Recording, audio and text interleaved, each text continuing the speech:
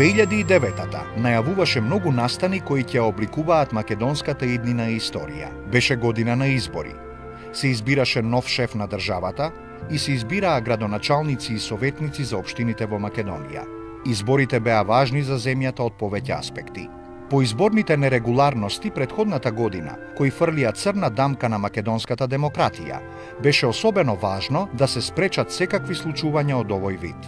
Излегов на овие избори за да побарам шанса од граѓаните да покажам како може домаќински и честно да се води главниот град на државата. Заедно со граѓаните ќе реализираме програмата која што имаме изготвено за овие локални избори, програма во која што има проекти кои што ќе ги решат клучните проблеми со кои што се соочува градот Скопје. Мерењата на јавното мислење, направени на почетокот на 2009-та, говореа дека поддршката за оваа партија е непроменета и дека се уште се наоѓа на исклучително високо ниво.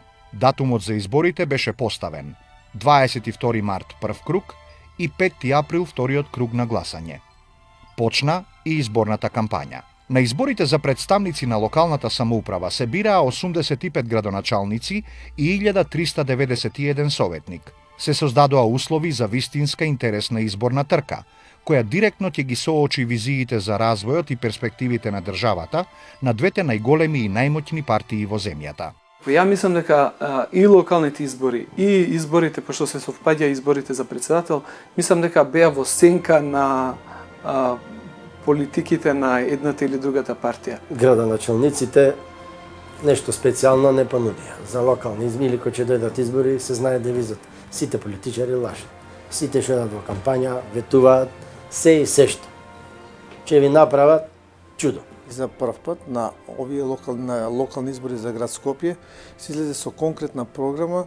Нормално таа програма беше правена во консултации со граѓаните, со анкетирање на граѓаните, што е она што граѓаните на градот Скопје сметаат дека треба да се реши во следниот 4-годишен мандат на новиот градоначалник. На овие избори, на локалните, излеговме со првата, со слоганот "Заедно можеме повеќе", укажувајќи на граѓаните дека сега кога имаме централната власт, доколку имаме градоначалници кои што се благопријатно наклонети кон владата да соработуваат со неа за доброто на граѓаните, заедно можеме да направиме повеќе. Овој слоган сметам дека беше еден од двигателите на развојот на градот Скопје.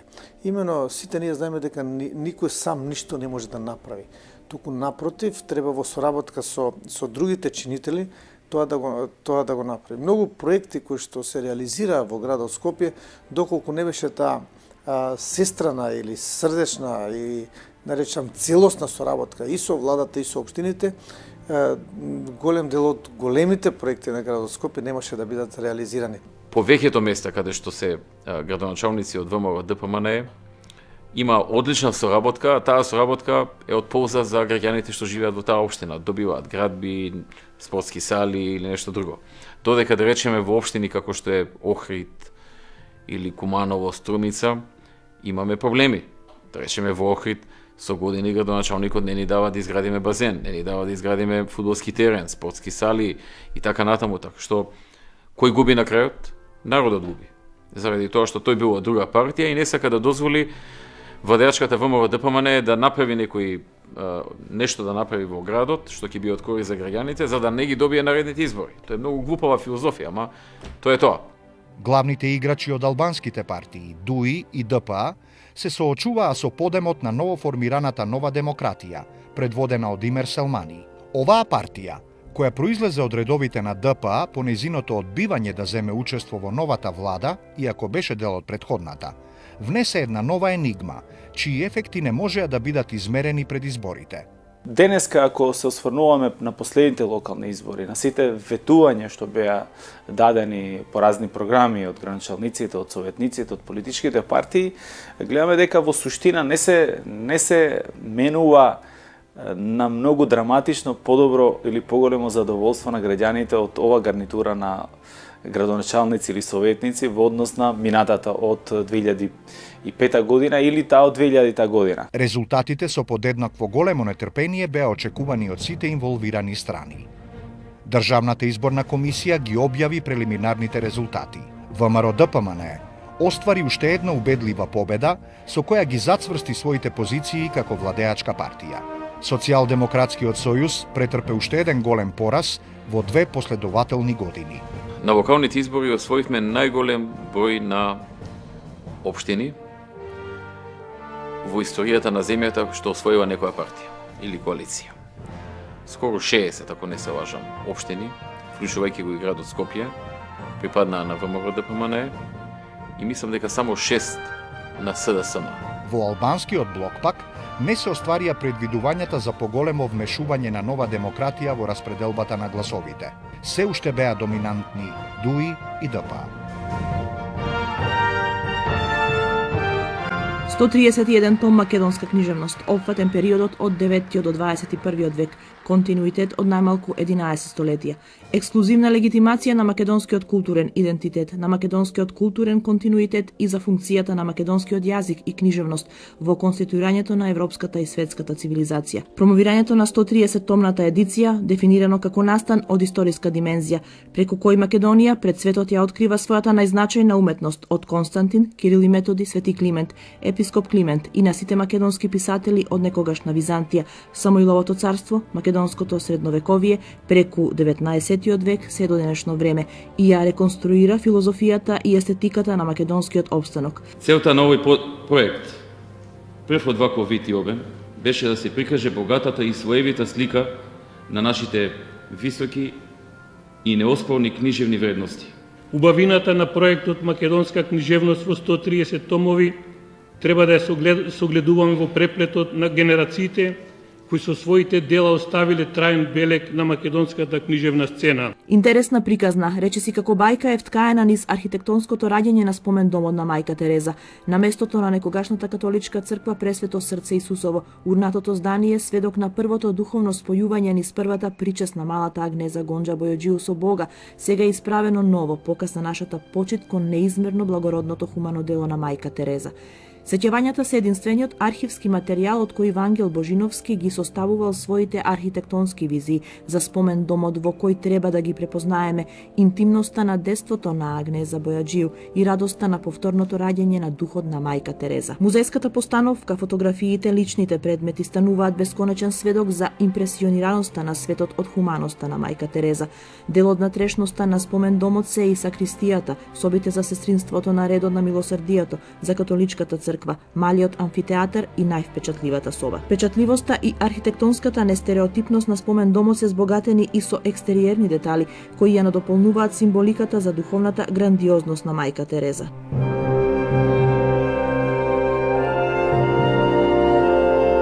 Оваа година истекуваше 5-годишниот мандат на председателот Црвенковски, кој на оваа позиција дојде по трагичната смрт на председателот Борис Трајковски, чиј авион се урна во Босанските планини во 2004 година. Председателствувањето на Црвенковски во последните 2 години од неговото времетраење беше обележано со тензичниот однос кој тој го имаше со владата на Република Македонија. Имаше несогласувања околу многу нешта, меѓу кои и стратегијата за зачувување на идентитетот. Владата има компетентност и волја да го реши спорот зимата во наредниве 6 месеци, со што би ја внела земјава во НАТО и би ја приближила на патот кон Европската Унија. Со ваков став е лидерот на социјалдемократите Бранко Црвенковски, доколку тоа не го стори, обврската ќе падне на идната влада. Подсети дека Македонија има јасна стратешка цел. Наша крајна, клучна, стратешка цел не е само слободно да патуваме во Европската Унија. Нашата стратешка цел е да живееме во Европска Унија. Јас жалам што нашата опозиција практично ова прашање го користи за одредено зајакнување на нивните политички позиции, партиско-политички позиции и одредено за сомнување на нашите партиски позиции. Ваквата релација на ниво председател влада беше делумно причината за начинот на кој ќе се води изборната трка. Ваквиот јас, кој се створи помеѓу најголемите представници на македонската политичка левица и десница, продолжуваше да се шири и во крајна линија. Го одреди теркот и главната тема околу која тие ќе се судрат на изборите. На партискиот конгрес ВМРО ДПМН и официјално одлучи својата поддршка да му ја даде на професор доктор Ѓорѓе Иванов, реномиран професор на правниот факултет и експерт во областа на политиката. Тогаш дојде времето на конвенцијата на ВМРО ДПМН, внатре-партиското кандидирање. Тие денови својата кандидатура ја истакна и професорот доктор Ѓорѓе Иванов за председателски кандидат на ВМРО ДПМН и тогаш тој почна со своето внатре-партиско представување, значи пред делегатите, пред општинските комитети, пред организациите, пред структурите на ВМРО ДПМН и тогаш отидовме за прв општински комитет кој што тој го посети беше неговото родно Валандово. Во делот на мојата програма е промовирање на отворена политика кон сите соседи и наоѓање заеднички решенија на сите проблеми кои ги имаме, а кои се надвластени можеби со векови. Тогаш имаше многу кандидати, кај сите постоеше јасна определба за стратешките цели, меѓутоа беа различни интерпретациите. Со тоа што се совпадна со локалните избори, мораше она што беше надлежност на председателот да се приземни на локално ниво, да се кажат бенефициите кои би ги имале граѓаните на локално ниво од добивањето на председателската функција. ЛДП и НСДП излегоа со предлог да се поддржи кандидатурата на професор доктор Нано Ружин, поранешен амбасадор на Македонија во НАТО. Однапред знаевме дека во услови на две големи партии кои што имаат монопол на политичкиот живот во Република Македонија, дека не можеме нешто многу да направиме во смисла да го освоиме тоа место, но имавме повеќе влогови. Првиот влог беше таа мала партија да покаже дека се уште е жива, дека се уште постои, дека има своји симпатизери и членови и што успеа преку локалните избори. А вториот аспект беше да ја подигнеме, би рекол, таа политичка култура на граѓаните. Социјалдемократите одлучија кандидатот да го бараат помеѓу своите редови. Изборот падна на професор доктор Љубомир Фрчковски, поранешен министер за внатрешни работи, за надворешни работи и без ресор во повеќе влади на СДСМ. Председателската кампања беше, што знам, голем предизвик за мене. Јас влегов во варијанта кога СДСМ беше во изгубена позиција во основа, 3:1. На крајот од кампањата ние дојдовме ова до која сега се 1,6:1, значи практично повеќе од половина ја претуривме во наша корист. Направивме една, независно од таа свест, бидејќи никој од нас не е наивен, со која влегуваме, јас имав желба да им помогнам и од аспект што имав личен проблем со една дрска, арогантна власт која сметаше дека и магаре да врзе ке помине и тој така се однесува. Ваквата листа на кандидати се надополнува уште со имињата на Мируше Хоџа ДПА, Агрон Буџаку ДУИ, Имер Селмани НД, Љубе Бошковски независен. Првиот изборен круг е одржан на 22 март. Она што беше специфично 2009 година е нормално тој судир меѓу двајца професори од од правен факултет политологија. Таму беше јасно што беше кој ќе победи којма. Но председателските избори беше за мене рехабилитација на Фрчковски, бидејќи никаде го извадија. Кампањата беше можност да се посети секое населено место во Македонија. Така што во првиот и вториот круг негде пресметавме, имавме поминато над 15.000 километри. Кампањата воглавно беше, мислам, фер и демократска, но тоа што исто така остави впечаток беа и дебатите меѓу претседателските кандидати.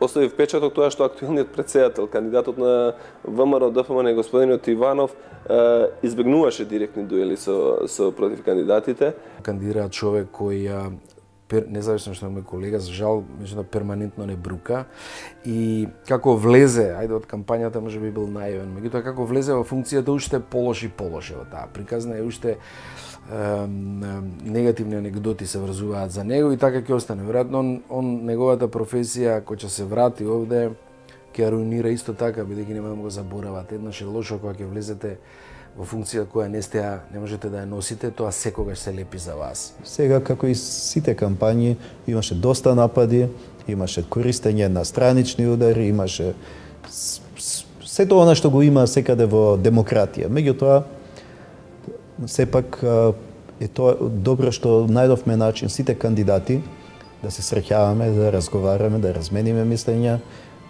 да се суочиме со еден факт дека и по кампањата ние остануваме луѓе кои ќе се сретнат на улица, кои ќе другаруваат, затоа што функциите доаѓаат и си одат, меѓутоа човечноста мора да остане. Од наша иницијатива дојде и тој фамозен работен доручек на измирување. Успеавме да ги собереме сите релевантни претседателски кандидати, да позборуваме како граѓани на Република Македонија, а политиката да истиснеме во втор план. И мислам дека во тоа успеавме. Традиционално детовски појадок гарниран во европски стил и зачинет со балкански менталитет. Прво кавга, па потоа заедничко јадење, чај и прошетка по Тетовската горна чаршија.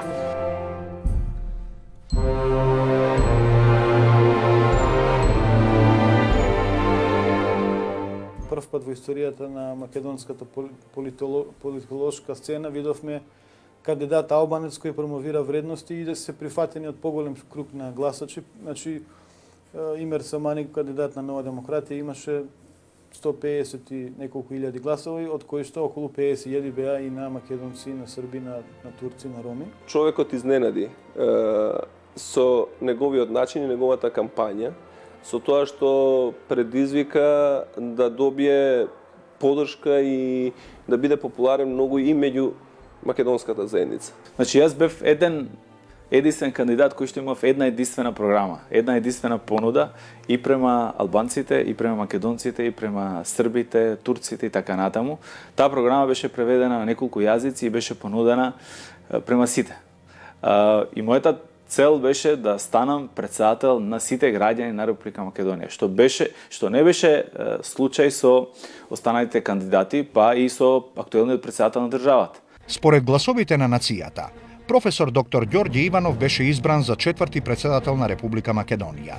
Многумина победата ја припишуваа на неколку важни елементи, меѓу кои умереноста во настапите на Иванов, наспроти агресивната кампања водена од Љубомир Фрчковски, големата популарност на ВМРО ДПМН и заедничките ставови на партијата и кандидатот околу начинот на кој треба да се водат преговорите за пристапување кон ЕУ и НАТО. Убедлива победа без ниту една дамка и навистина кампања и избор кој што мислам дека се добар за Македонија. Тоа беа многу успешни избори за ВМРО ДПМН. Добивме огромна доверба на граѓаните. Тоа беше доверба која што врзува. Граѓаните ни дадоа на парламентарни избори огромна доверба. И во веќе започната криза, 6 месец од започната криза, март месец, ја добивме огромната поддршка на локални и огромната поддршка на претседателски избори. И особено ми беше драго што видов во партијата ВМРО ДПМН и коалицијата млади луѓе кои успеале во живот и кои ја напуштиле својата лична кариера да дојдат да ја помогнат на државата. Ви исполнуваат тоа чувство кога гледате млади луѓе кои ја сакат својата држава, кои веруваат во својата држава, кои веруваат и во самите себе и во своето обкружување. И затоа тоа беше пресвртен момент за да ја прифатам кандидатурата и од еден спокоен академски живот да влезете во бурните води на македонската, балканската па и светската политика. Односно, метафорично едно пливање во еден базен да го замените во пливање во океан Свајкули.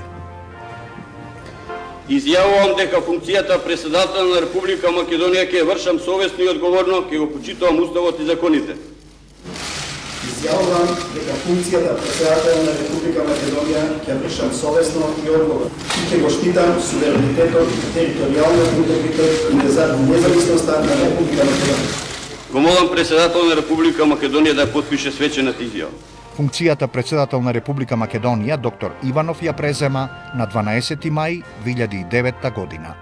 Позитивниот епилог на изборите и огромните напори на државните апарати да ги спроведат бројните реформи за унапредување на македонското општество и држава, кои се и дел од условите за пристапување на НАТО и ЕУ, беа валоризирани и од страна на меѓународниот фактор.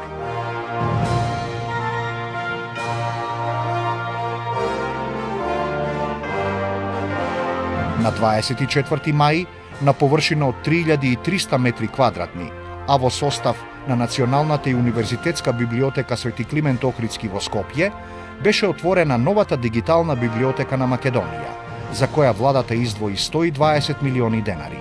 Ние оваа година, Хуманитарното здружение на СМ Стево Теодосиевски, направивме маторско вечер, пошто немат родители. И на 8 деца, 8 или 9 деца, не, така нешто беа, 400 жени беа присутни во еден ресторант и правивме забава. Им дадов јас од своји лични пари по 100 евра.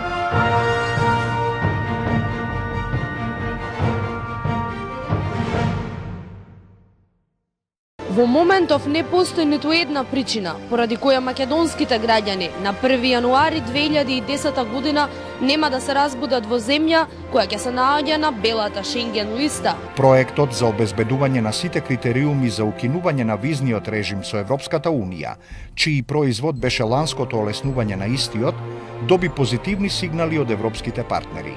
Заземениот став дека ќе направиме се што е до нас, а останатото потоа е политичка одлука на Унијата, значеше дека засилените вложувања во изградба на капацитетите и институциите, неопходни за преземање на обврските од една ваква мерка, беа доведени до крајот. Визната либерализација од првиот момент кога јас станав министер за внатрешни работи и член на владата на Република Македонија, беше на самиот врв на приоритетите. Значи, тоа беше едно од прашањата со кое буквално ја започнувавме секоја седница на влада, бидејќи бевме свесни дека визната либерализација е нешто конкретно што нашите граѓани можат реално да го почувствуваат во смисла на европски интеграции, во смисла на доближување на Република Македонија кон Европската Унија. Политичките елити, без разлика која гарнитура беше на власт во одреден момент, се зафати сериозно да ги воведе биометриските пасоши. Бевме лидер во тој процес и не случајно ја добивме либерализацијата меѓу првите држави од регионот. Биометрискиот пасош што го направи Македонија, тој е еден од најквалитетните во Европа. Иако имаше многу критики за фирмата, но таа фирма што ги изработи пасошот ги изработи стварно квалитетно. Сметам дека беше кај нас изведена една добра административна операција.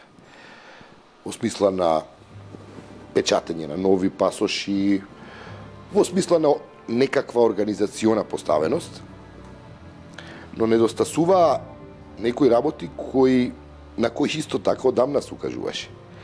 Например, борбата со организираниот криминал. Европската Унија налагаше, односно бараше, да покажеме конкретни резултати во борбата против корупцијата и криминалот. И тука мислам дека Република Македонија направи историски исчекор заради одлуката на владата и посветеноста на владата токму на борбата против криминалот и корупцијата. Покажавме дека работите може да се сменат и дека реално и не е неопходно толку многу време за да се почувствува разликата. И од денешна гледна точка можам да констатирам дека ова не е само моја оценка како актуелен сегашен министер за внатрешни работи, туку тоа е оценка и на меѓународните институции. Впрочем, од непопуларното 105-то место на листата за индексот на перцепција на корупцијата направена од меѓународната Transparency International, денес Република Македонија се наоѓа цели 43 места погоре. веднаш после либерализацијата на визниот режим во Македонија, институциите во државата конечно решија да расчистат со една мафија која се нарекува Франкфурт мафија. Иако ќе потсетам дека таа мафија, мислам дека секое дете во Велес, а овде да речеме секој гимназијалец во Скопје, знае дека таа мафија постоеше уште многу одамна. Зошто таа не се расчистуваше, тоа е друго прашање. Условеноста која Европската унија ја постави да ние влеземе во таа шема, да бидеме ефикасни во борбата против спречување, особено на тие интернационални и меѓународни криминални канали, кај нас тој услов ми се чини дека одеше многу споро. Не можам да ги најдам причините. Дал се тоа бизнес интереси, дал се тоа некакви политички интереси кои се деа во позадина, но многу долго таа тема се држеше отворена. И јас сепак не би ја завршил приказката со либерализацијата на визниот режим со фасцинација од тоа дека нешто направиле државните органи многу. Државните органи направија нешто елементарно за мене. За соодветно да се одбележи овој историски ден, пред да стапи на сила визната либерализација, на плоштадот Македонија беше поставен часовник кој го одбројуваше преостанатото време до полноќ 19 декември. Многу добија, мислам, граѓаните. Прво, по 18 години изолација добија слобода. Значи, добија сите слобода. Нема собирање документи, нема преводи, нема билети, нема играње ора пред амбасадите за да добијат на визи. Нема долгите редици што ги чекат, ги нема. Особено, можеби, ми е задоволство тоа што постарите генерации кои што пред 91-та има шанси или можност да патуваат со тие фамозни пасоши кои што отвара порти или граници во сите држави всушност, добија можност уште еднаш да го живеат тоа време, а младите генерации кои што беа затворени во нашите дневно-политички, дневно-економски или дневно-социјални проблеми за кои што честопати мислевме дека се најтешките и единствените на светот, има можност да излезат од тоа што јас го нарекувам наше гето. За жал, според мене, како препораката за преговори, така и либерализацијата повеќе се искористи за дневно-политички маркетинг, отколку за стимулација, за вистинска мобилизација на општеството и концентрирање на суштинските теми. Решавање на проблемот на името и паралелен процес на интензивни реформи кои општеството треба да го доведат по некој терк, по некој дизајн кој може да се нарече европски или по тие европски стандарди. Бевме многу посветени и на исполнувањето на обврските, реформите и модернизацијата за добивање на визна либерализација и добивање позитивен извештај од Европската унија и препорака за почеток на преговори. Сето тоа се круниса кон крајот на годината, кога Европската унија официјално ги укина визите за граѓаните на Република Македонија и од 19 декември 2009 година нашите граѓани, после речиси 2 децении малтретирање по амбасадите, понижување, коленичење, почнаа со пасош на кој што пишува Република Македонија да патуваат речиси низ цела Европа слободно. Денес веќе на сите нас ни стана нормално и природно кога имаме потреба да патуваме, тоа да го направиме по сопствено наоѓање, да го направиме веднаш без никакви услови и ограничувања. Меѓутоа, до пред само неколку години не само што тоа не беше случај, туку секое патување во странство беше приказна за себе, да не речам траума за секој граѓанин, заради понекогаш понижувачкиот процес на добивање на виза и една голема неизвестност дали ќе ја добиете или нема да ја добиете визата, бидејќи имаше многу случаи каде што граѓаните, гледано по документите, целосно ги исполнуваа условите, меѓутоа заради правото на секоја држава дискреционо да одлучува по однос на овие прашања, се случуваше наши истакнати спортисти, уметници, луѓе кои професионално требаше да патуваат и да ја представуваат Република Македонија во странство, едноставно не можеа да заминат само заради тоа што не успеваат да добијат виза.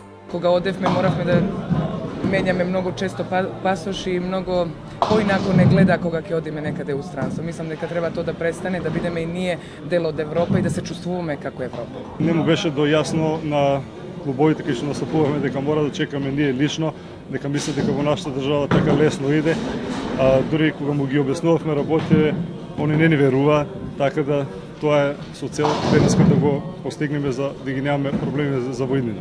Многу симптоматично е тоа што нас уметниците не канат од различни земји од Европа да гостуваме со своите проекти затоа што ја почитуваат нашата работа на некој начин.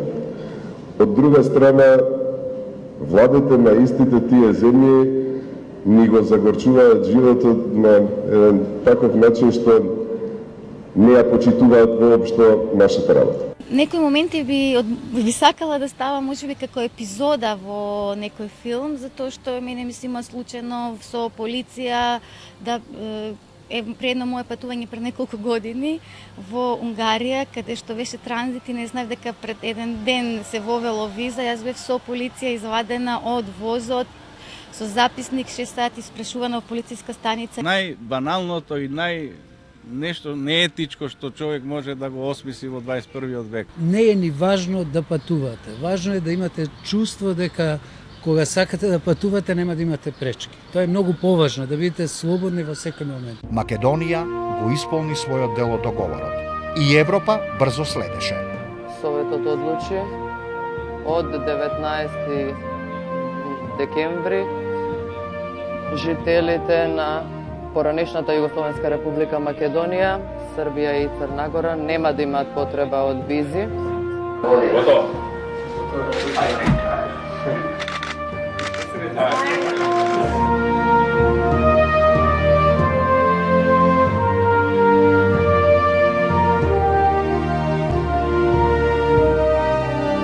Денеска оваа политичка гарнитура со помошта на сите останати граѓани на Република Македонија, субјекти, институции и така натаму, со помошта исто така и на меѓународната заедница, успеа да го на некој начин заврши целиот процес, сите реформи, сите стандарди, целата модернизација што беше потребна, да дојдеме до момент Европската унија да каже дека Република Македонија без никакви забелешки, без дополнителни проекти што ова или она мора да направиме, заслужи целосно укинување на визите. Беше организиран и концерт на кој настапија Здравко Чолич и светски познатиот диџеј Fatboy Slim, кои со своите нотија засладија и онака веселата атмосфера која беше присутна помеѓу луѓето. Освен концертот, владата организираше и чартер лет до Париз, Франција, за 100 граѓани, 20 најдобри студенти и новинари од медиумските куќи, придружувани од вице-премиерот за европски прашања Васко Наумовски и министерката за внатрешни работи Гордана Јанкуловска, за народно кажано, да го се втосаат патувањето без ограничувања на најголемиот дел од европскиот континент.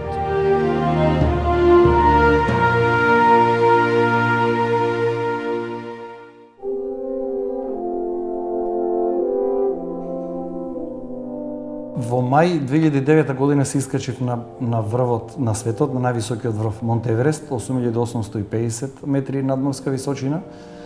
За мене лично повеќе представуваше ментален предизвик, целокупната таа експедиција и сите фази на припрема, тек на експедиција и периодот на искачување на самиот врв. Чувството е неверојатно. Кога јас сеќавам во моментот, тоа беше во 8 часот наутро, на 19 мај кога се качив на врвот на Еверест, бев толку уморен да седнав на самиот врв. Имав таа можност дека во тој момент бевме само тројца на врвот.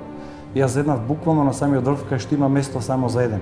Со тоа да едната нога ми беше во Тибет, а другата нога во Непал. И тогаш извадив маската со кислород, бидејќи ја се качив со употреба на кислород, и ги направив првите фотографии. Првите фотографии беа направени со македонското знаме. Чувството на припадност е едно од најјаките емоционални чувства кои што ги има секоја единка. Значи, чувството дека припаѓате некаде е најјакото чувство. Во тој момент се осеќате дека целата нација е со вас. кога ќе го извадите вашето знаме, и тоа е причината зошто луѓето ги вадат знамењата. Значи ја демонстрираат својата припадност. И од тие причини, секогаш кога збориме за припадност, национална припадност, идентитет, зборуваме за многу големи вредности. И тие вредности треба секогаш да ги негуваме и да ги зачуваме. Во тој момент, кај мене доминираше чувството на припадност на македонската нација. И истакнувањето на македонското знаме значеше исполнување на мојот сон. Дека не јас како единка сум се качил на врвот на светот, туку сум се качил и ја представувам заедницата, народот, нацијата на која што и припаѓам. Во Европскиот парламент почна расправата за предлог резолуцијата што ја подготви италијанскиот европарламентарец Габриеле Алберетини за одлуката за почеток на преговорите која Европскиот совет би можел да ја донесе на 7 декември. Во изјавата за македонската телевизија известителот за нашата земја словенечкиот европарламентарец Золан Талер рече дека денеска беше македонски ден во Европскиот парламент, упутувајќи ја пораката до владите на државите членки на Европската унија да ја поддржат Република Македонија да ја добие препораката за полноправно членство. 2009 година веќе стигнавме до свидетелството и оценката од страна на Европската комисија, во кое што свидетелство беше потврдено дека Македонија го положила тестот. Македонија го поминала испитот на политичка зрелост и институционална функционалност и капацитет да ги отпочне преговорите за членство со Европската унија. За прв пат во историјата на државата Македонија доби позитивен извештај и Европската комисија даде препорака до Европскиот совет да ја даде датум за почеток на преговорите на Република Македонија. За жал, 2009 година не отпочна во една поповолна клима за постигнување на што побрзо и заедно прифатливо решение за спорот со името. Имено нервозите почнаа уште на крајот на 2008 година, како што е познато, кога пропаднаа обидите во 2008 година на основа на предлогот на Нимиц од 8 октомври да се дојде до заеднички прифатливо решение, Република Македонија пред Меѓународниот суд на правдата во Хаг поднесе тужба против Република Грција заради прекршување на одредбите на членот 11 од времената спогодба со блокадата на поканата за членство на Македонија во НАТО од самитот во Букурешт. Грција е нашата симпатија која што ќе не влечи уште долго време. Ние многу си се сакаме, ако си се караме, и ќе најдеме решение за тоа. Република Македонија живее со спорот всушност 16 од тие 20 години независност. Тој спор се испоставува како сериозен проблем и за нашите економски односи, трговска размена, не знам, годините на ембаргото, веројатно постарите многу подобро се сеќаваат на тие тешки времења и актуелно се испоставува како сериозна блокада за нашите евроатлантски аспирации, значи за постигнување на нашата цел што е да станеме земја членка на Европската унија и на НАТО. Медиумите во Атина го оценуваат како шлаканица за Грција извештајот за напредокот на Македонија за членство во Унијата, усвоен вчера од Европарламентот, бидејќи како што оценуваат, во него како нерешено останало прашањето за името на Македонија, кое според авторот европратеникот Мејер пречи на европската интеграција на земјата. Реално ситуацијата е апсурдна. Ние сме доведени во ситуација да тврдиме дека ги спроведуваме реформите со предвиденото темпо или предвидената динамика, а сепак не ја добиваме предвидената или ветената награда. Тоа е добивање датум за отпочнување на преговори со Европската унија. Против извештајот гласале сите грчки европратеници. Групата на владеачката Нова демократија во Европарламентот смета дека текстот на извештајот не е во согласност со претходно објавената позиција на Европската комисија дека Македонија се уште не е подготвена за почнување преговори за членство. Според европратениците од опозицијскиот пасок пак, Грција во извештајот била представена како земја која единствено ја сноси вината за задоснетото почнување пристапни преговори со Македонија. Во документот спорот е посочен како главна пречка која треба да биде надмината преку постигнување на заемно прифатливо решение од двете земји, оценуваат грчките медиуми. Извештајот, барем ја што сум го читал, беше многу избалансиран. Значи се гледа дека воделе сметка им да критикувате, многу да критикуваат, за да може сите земји од Европската Унија да го поддржат тој извештај. Ни беа зададени 8 така наречени бенчмаркови, кои што треба ние да ги исполниме.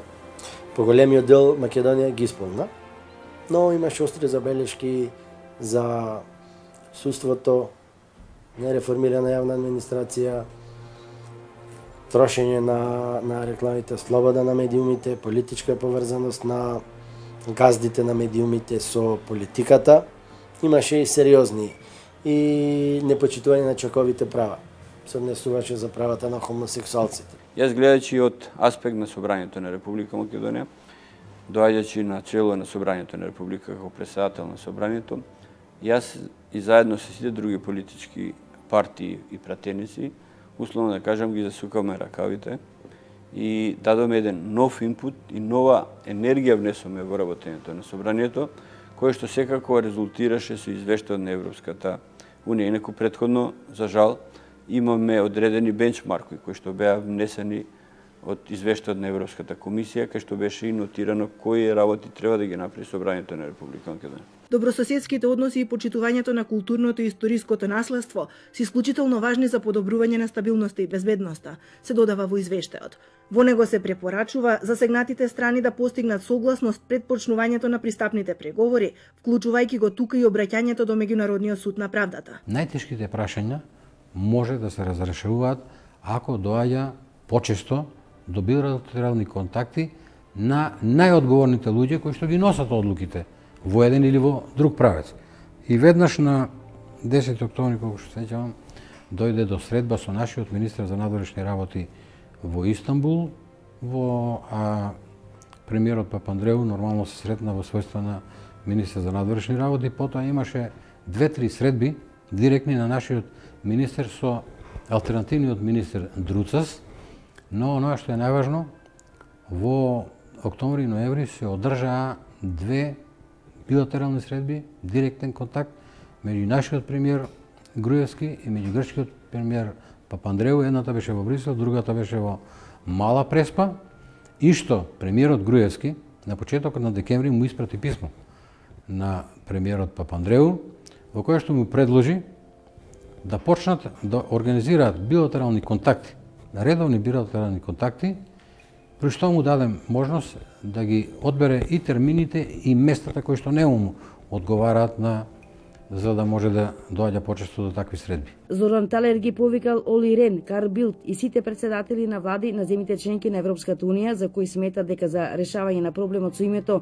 во парламентот имаат мнозинство, да им се јават на премиерите Груевски и на Папандреу за да ја покажат солидарноста и да ги охрабрат во настојувањата да се реши проблемот со името. Минатата година во моите дискусии во собрание јас ја поставав токму оваа дилема. Како ќе ја одржиме мотивираноста, позитивната енергија на граѓаните по однос на интеграцијата, ако се доведеме во ситуација процесот да стагнира, а реално тој стагнира. И јас сакам да верувам дека тие контакти еден ден, колку е можно порано, значи многу блиска иднина, да доведат до изнаоѓање на едно решение со кое што дефинитивно ќе се деблокираат интеграциите на Република Македонија во ЕУ и во НАТО. Јас останувам да верувам во една таква разрешница.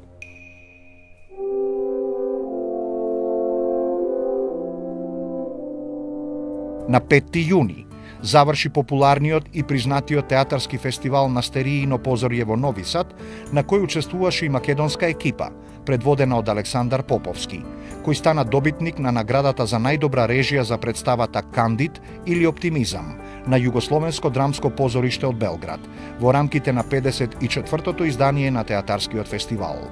Нашиот актер Никола Ристановски ја доби престижната стеријна награда за актерско остварување за улогата на Ахмет Нурудин во представата Дервишот и смртта на Меша Селимовиќ, во режија и адаптација на Егон Савин, а во продукција на Народно позориште од Белград. На 2 јули, маркетинг агенцијата New Moment New Ideas Company во рамките на проектот на владата на Република Македонија ја промовираше видео приказната за Охрид, градот на светлината, изработена според старото име на градот, Лихнидос, град на светлината.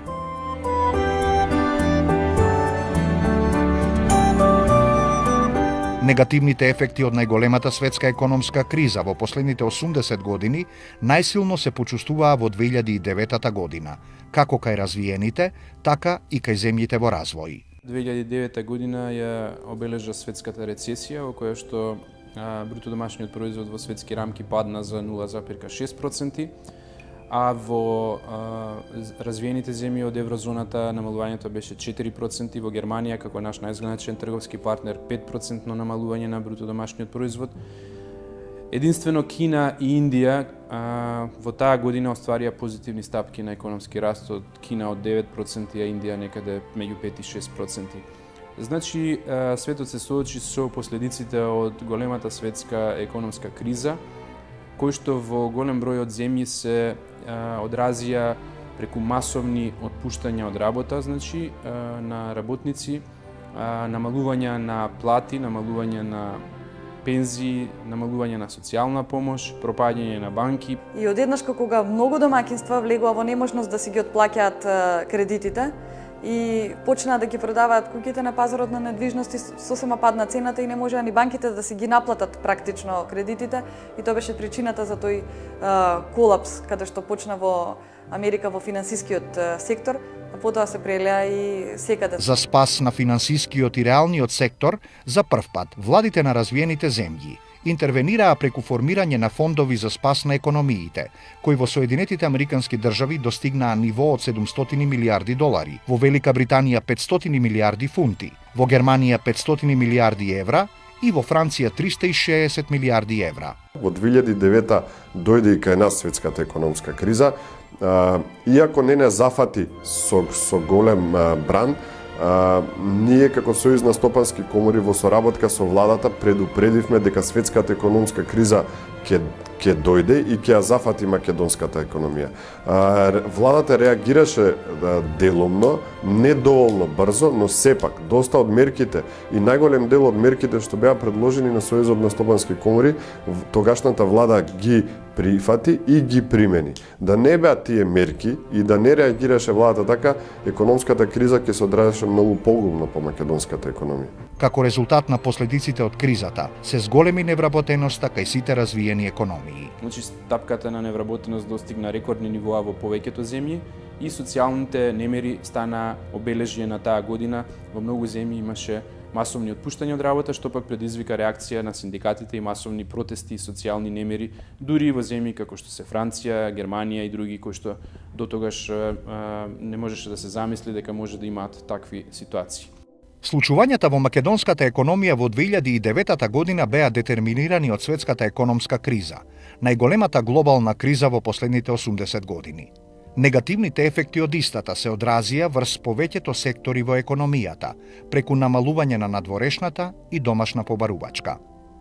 Во финансискиот сектор не се одрази кризата со оглед на тоа што ние имаме многу конзервативен финансиски систем. Кај нас банките кога даваат кредити бараат двојно поголеми обезбедувања од вредноста на тоа што се купува, така што немаше тука проблем во финансискиот сектор. За нас како мала и отворена економија, извозот на стоки и услуги е многу значајна дејност, значајна област, и кога европската економија има пат, не може да се очекува македонската економија да остварува добри резултати. Имаме чувство дека можеби малку дел од работите успорува, владата од некои работи исто така ретерираше како во поглед на даноците за плати, не ги одржа оние ветувања дека давачките за плати ќе се намалуваат, него дури се одржуваат нисто и мислам дека и малце се покачува. Значи се обидува владата некако да балансира, ама ние како бизнис и како комори па исто така сме тука да ја потсетуваме на ветувањата и да ја потсетуваме дека треба економијата континуирано се подобрува, а не само кампањски од период на период. Благодарение на здравите макроекономски политики, балансираната фискална политика, високото ниво на јавни капитални инвестиции, антикризните мерки и структурните реформи за подобрување на бизнис климата, ефектите од кризата се почувствуваа во помал обем во однос на другите земји. Економската криза и стравувањето од нов бран не треба да бидат панични, но треба да бидат предпазливи. Треба да се повторно да се воведат економски мерки за брзо и ефикасно излегување на економската криза.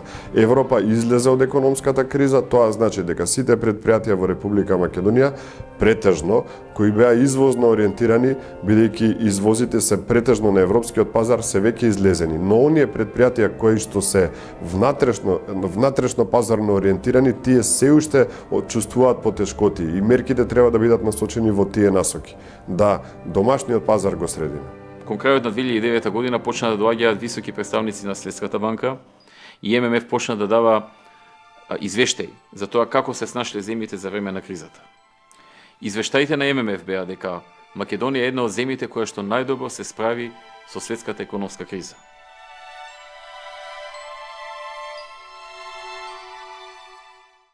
На 12 јули, со концертот Беше еднаш во Македонија, свечено беше отворено годинешното издание на Охридско лето. Македонската публика имаше можност да ги чуе недопирливите, Беше еднаш во Америка, Беше еднаш на Дивиот Запад, Добриот, лошиот и грдиот, Мисијата, Жртви на војната, музика од култните филмови, врз кои се потпиша славниот италијански композитор Енио Мориконе. Токму тие музички теми, заедно со Мориконе како диригент, а во изведба на Унгарскиот филхармониски оркестар, хорот на Македонската опера и балет и сопранот Сузана Ригачи беа дел од проектот Беше еднаш во Македонија, по култниот филм Беше еднаш во Америка, на неговиот најверен соработник Серџо Леоне. Мориконе немал некои особени барања за време на неговиот престој во Македонија. Единствено нешто на кое инсистирал биле специјалитетите на македонската кујна. На 19 јули, во владата на Република Македонија беа доделени уште 11 спортски пензии на врвните спортисти од нашата држава за нивните постигнати резултати на меѓународната сцена. На 12 август, фудбалски спектакл на арената Филип II во чест 100 години фудбал кај нас и 60 години од формирањето на Фудбалската федерација на Македонија, ФФМ, како и промоција на северната трибина на стадионот. Шпанците направија чест, го удостоија јубилеот и ја прифатија поканата за да одиграат пријателски надпревар, кој не се гледа често на нашиот најголем стадион. Намалувањето на економската активност во реалниот сектор не се преслика на пазарот на труд. И во услови на криза, во 2009 година стапката на вработеност забележа раст од 1,1%, додека стапката на невработеност се намали и придонесе Република Македонија во 2009 година да биде единствената земја во Европа, каде е забележан пад на стапката на невработеност од 1,6%. Зголемувањето на вработеноста е резултат на мерките кои владата ги презеде за формализирање на бизнисите, намалување на сивата економија, како и мерки за поддршка и поттикнување на предприемништвото и приватната иницијатива. Спроведовме 3 пакети на антикризни мерки, од кои што првиот се однесуваше на ребаланс на буџетот, со кој што беа драстично намалени расходите во делот на тековните расходи, кај што може да се крати, а да тоа не се одрази толку на економијата, значи беа намалени сите расходи каде што можеше да се направат заштеди, а од друга страна ги зголемивме капиталните инвестиции со цел да го поддржиме градежништвото. Помогнавме колку што е можно кризата да се ублажи. Ние знаевме дека не можеме да ја спречиме, ниту една земја не ја спречи. Меѓутоа се трудевме да ја ублажиме и можам да кажам дека на крајот излезе дека споредено со другите земји. Иако кај нас граѓаните почувствуваа криза, не беше лесно, свесни сме за тоа. Меѓутоа споредено со другите земји, Македонија имаше трет најмал пат на економијата. Една од главните мерки што се воведе, што се зема од Европската инвестициона банка, се зема кредит за мали и средни предпријатија, за обртни средства и за инвестиции. Тој кредит што донесе? Тој кредит донесе ниски камати да можат фирмите да си ги репрограмираат своите кредити според побарување. Бидејќи беше намален извозот, беше намалена беше намален пазарот, со тоа се намалени сите потенцијали на ликвидност на фирмата и затоа овие кредити беа многу важни за малите и средни предпријатија. Таа кредитна линија потоа се отвори понатаму и за големите предпријатија. Покрај овие средства, македонските банки кои го спроведуваат проектот обезбедија сопствено учество од дополнителни 80 милиони евра. И сега владата носеше антикризни мерки. Колку на време се почна со антикризните мерки со оглед на тоа што пак не се предвиде големината на кризата и воопшто не се предвиде ние како ќе ја завршиме 2009 година, со оглед на тоа што отидовме во рецесија, а се предвидуваше многу поголем раст од тоа што се постигна на крајот. Така што тука беше реакцијата забавена и веројатно дека некои мерки беа во ред, некои мерки беа популистички, како охрабрување да внесат оптимизам, да внесе оптимизам. Владата ветуваше дури 8 милиарди евра инвестиции, а ако се земат предвид странските директни инвестиции што влегува во земјава, еве минатата година само 145, предходната година околу 220 милиони евра, значи немаше ни простор, нити пак владата има средства 8 милиарди да донесе инвестициите и рачунаа и на тие јавно-приватни партнерства со странски инвеститори или концесии на патишта, но ништо од тоа не се случи, а еве помина веќе 3 години не се ни случува, значи не ни почнува да се случува. Владата на Република Македонија и покрај сериозните предизвици со кои се соочи во кризната 2009 година, со несмален интензитет продолжи во спроведувањето на реформите за подобрување на деловното обкружување, кој беше нотиран од страна на бројни истакнати меѓународни институции. Според индексот на глобална конкурентност, содржан во извештајот за глобална конкурентност на Светскиот економски форум, Република Македонија беше рангирана на 84-то место во 2009 година, што представува напредок од 5 места во споредба со претходната 2008 година. Во поглед на инфраструктурата, мислам дека владата можеше многу повеќе. Сега ако земеме што треба да се направи, меѓутоа ако земеме дека во тој период владата работела и други работи, можеби се немало време или се немало фокус и енергија за да тоа се направи. Инаку инфраструктурата е една од основите на развој на економијата и основите за да кажам убаво чувство на самите граѓани. Значи Македонија се наоѓа на централно место на Балканот, меѓутоа некако немаме чувство дека имаме централни дека се наоѓаме на централно место во делот на економските збиднувања. Втор човек во Светската банка дојде во Македонија и јавно кажа дека Македонија е една од земјите која што со мерките што ги презела спречила многу од продорот на кризата и дека е една од земјите која што најдобро се справила за време на светската економска криза.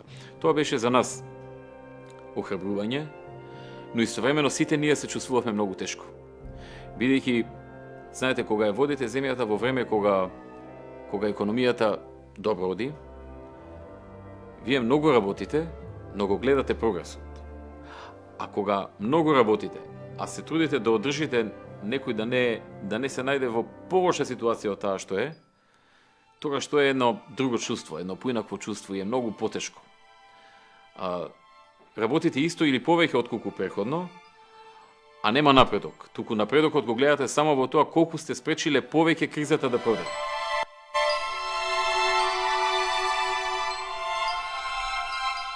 На 30 септември се запали едно од највредните древни црковни светилишта, манастирот Свети Јован Бигорски, сместен во пазувите на Националниот парк Маврово.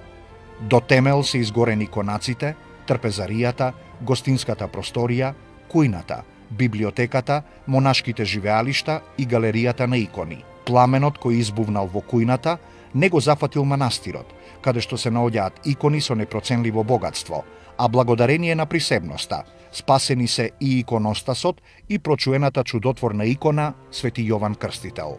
Во моментот на пожарот, во манастирот се наоѓале десетина монаси, неколкумина искушеници, гости и посетители. За среќа, никој од нив не е повреден, а спасени се и околу 200 икони и други црковни предмети на манастирот од 16 до 19 век.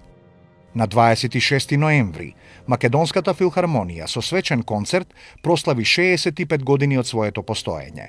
За таа пригода беа презентирани и фотографии на оркестарот од неговото формирање до денес, а концертот го водеше полскиот диригент Јануш Пшибилски. Како солист настапи пијанистката Елена Мисиркова Лоза, која е амбасадор на културата на Македонија во Австрија. Македонската филхармонија е единствениот симфониски оркестар во Македонија, кој непрекинато работи повеќе од 6 децении. Ретки се народите што немаат своја енциклопедија. На 7 октомври, председателството на МАНУ, поради сериозните пропусти во двотомната енциклопедија на Македонската академија на науките и уметностите, го смени главниот редактор на спорната енциклопедија, академик Блаже Ристовски, но и сите членови, односно соработници во редакцијата. Председателството на оваа институција одлучи да избере нова редакција во која ќе членуваат и истакнати представници од немнозинските етнички заедници. Председателството на МАНУ не се согласуваше со содржината и со интонацијата на дел од текстовите во некои определници во енциклопедијата и се оградуваше од нив. Беше замислена енциклопедија не општа, туку само национална. Тоа значи да ги опфати само одредниците што се однесуваат за Македонија и во врска со Македонија. Политичките партии го искористија овој момент. Повторно, најголем дел од опозицијските партии да го нападнат парламентарното мнозинство, посебно ВМРО-ДПМН, дека намерно сака да ги понижи албанците во Република Македонија, дека не сака да има добри меѓуетнички односи, бидејќи во континуитет таквите муабети овде во Собранието на Република Македонија беа секојдневие. Имавме напади од страна на колегите од СДСМ, на колегите од ДУИ, дека каем се канџите на орлите, дали Груевски им ги скрши, дека стана мачења кои што предат во скутот на Груевски, така натаму, континуирано понижување. Се разбира, таа голема свечаност предизвика различни чувства, емоции и скриени интереси. И уште утрето се појавија реакциите. Албанската заедница во Македонија се крена на нога. Вербалниот огон се расшири во соседна Албанија, откаде што екс-премиерот Пандели Мајко повика албанците во Македонија да го запалат македонското знаме. Знамето гореше, но не во Македонија, туку во соседно Косово. Дебатни емисии во Приштина и во Тирана со многу критики за МАНУ. Протести во Тетово и во Скопје, епилогот веќе познат. Реакциите беа главно еднодимензионални. Од една страна, веднаш се јавија така наречените невладини организации како Разбуди се и слични од страна на албанското малцинство. И од друга страна, кога веќе се јавија албанците со такви масовни протести, закани, демонстрации по улиците и лични закани, тогаш се јави и опозицијата во лицето на СДС, кој, како што изјави јавно на телевизијата Ајден, подпредседателот на СДС, тие вака го дочекале реагирањето на албанците и заедно со нив ја урнале енциклопедијата, како што рече тој. Одредени делови од енциклопедијата за Социјалдемократскиот сојуз се спорни и неприфатливи. Тие со својата содржина предизвикуваат нови поделби и тензии во македонското општество и не конфронтираат со нашите најголеми пријатели и поддржувачи во меѓународната заедница. Во исто време за СДСМ се неприфатливи екстремните и радикални изјави и реакции на дел од албанските политичари од земјата и од соседството. СДС го направи тој атак за да може преку тоа да ја руши владата, сметајќи дека ќе излезат албанците дуи и со тоа Груевски ќе мора да поднесе оставка и тие ќе дојдат на власт. Една многу проста математика. Без да мислат дека рушејќи ја првата македонска енциклопедија, ја рушеа македонската наука од 300 души и повеќе ангажирани на изработката на овој проект. Целиот проблем настана со тоа што дел од авторите на енциклопедијата своите лични политички ставови и предрасуди ги пласираа во овој текст како научни факти. Тоа е првата работа. И втората работа, за каква научни фундирани сознанија говориме. Например, во одредницата која се однесува за вклученост на Соединетите Американски држави и Велика Британија во обуката на членовите на ООН. Од самата авторка имавме прилика да слушнеме дека незиниот извор била Википедија, значи апсолутно нереферентен извор, и тука завршува приказната за научната фундираност на фактите изнесени во енциклопедијата. Недозволиво е за академската елита на една млада демократија да произведе нешто што тврди дека е енциклопедија, а всушност наликува на еден политички памфлет со изразени националистички содржини во него. Повеќе од националистички, тоа се содржини кои што навредуваат нации, истории, прашања на припадност. Таквиот пристап не само што е неприфатлив, тој би требало да биде недопуслив. Албанците имаат своја представа за историјата и културата на албанците и тие сметаат дека се тие староседелци овде, ние сме дошлаци и според тоа треба во енциклопедијата да ги упфатиме сите албанци, каде и да се, како една етнокултура и како историја и денеска како нација, независно од границите, независно од сите други компоненти што го представуваат комплексот на енциклопедијата.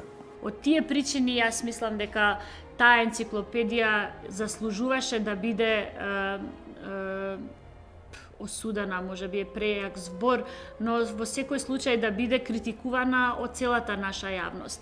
Ние мораше сите заедно да ги вложиме заеднички нашите напори за да докажеме дека таквиот пристап не придонесува за доброто на државата, дека тој всушност само ќе произведе поларизација, поголема фрагментација на општеството, ќе ги направи уште повкоренети поделбите или сегрегацијата, а нашата цел е да се постигне спротивното. Македонските медиуми беа тука за да ги пренесат сите ставови на албанските политички партии, но кога го побаравме нивниот став за албанскиот енциклопедиски речник Молк, во дуи не прошетаа како низ лабиринт. Секој прашан упатуваше на друг, а другиот го нема.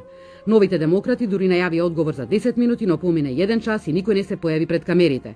Значи енциклопедијата не можеше и мислам дека не смееше и не беше дозволено да прерасне во мотивирачки фактор за некаков нов меѓуетнички конфликт. Во Македонија во овие 2 децении таа кованица која е содржински израз на македонската европска вредност, а тоа е мултирелигиозноста и мултиетничноста, треба да се чува и да се негува. Тоа се нашите европски вредности.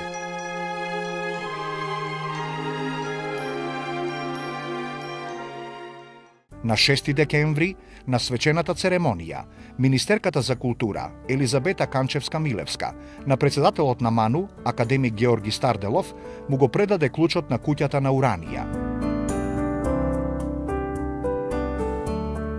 Куќата на Уранија во Охрид беше во фаза на реконструкција речиси 1 година, финансирана од страна на Министерството за култура.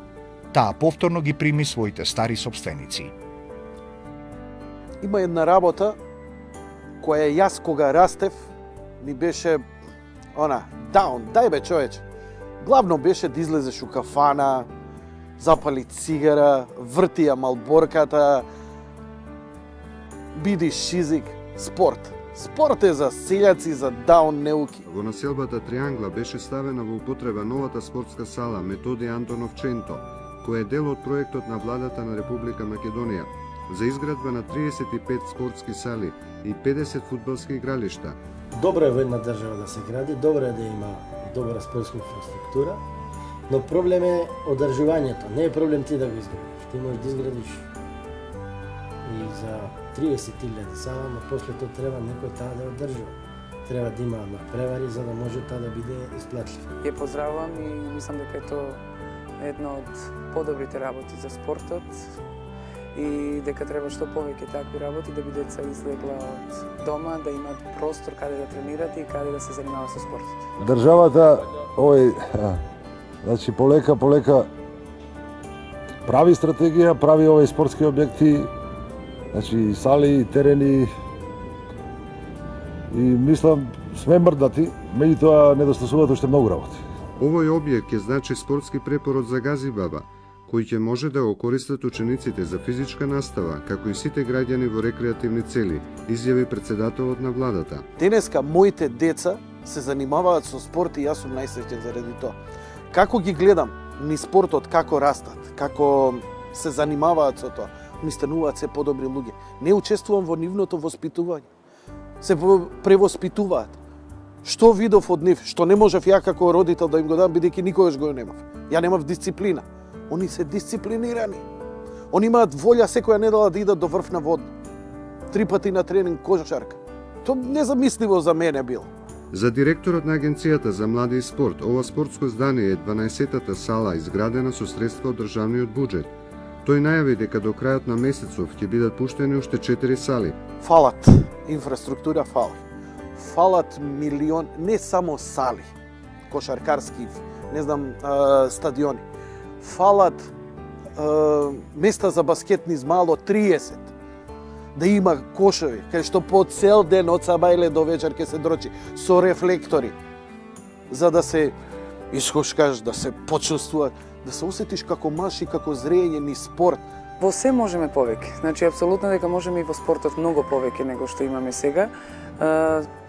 Треба да се работи многу повеќе, треба да се вложува. Мислам дека треба, ако дојде и закон за спортот, да можат и луѓето, пошто без парите не може ништа, ако се вложува во спортот и самим тим ќе дојде резултат. Денеска токму тоа е она што нам ни треба. Спорт. Децата со спорт да се занимава. Не го учам ни да не земат цигари или алкохол или дрога и така натаму. Едноставно тоа што се занимава, самото тоа што се занимава, го тргнува од другава страна. И јас како родител сум многу мирен.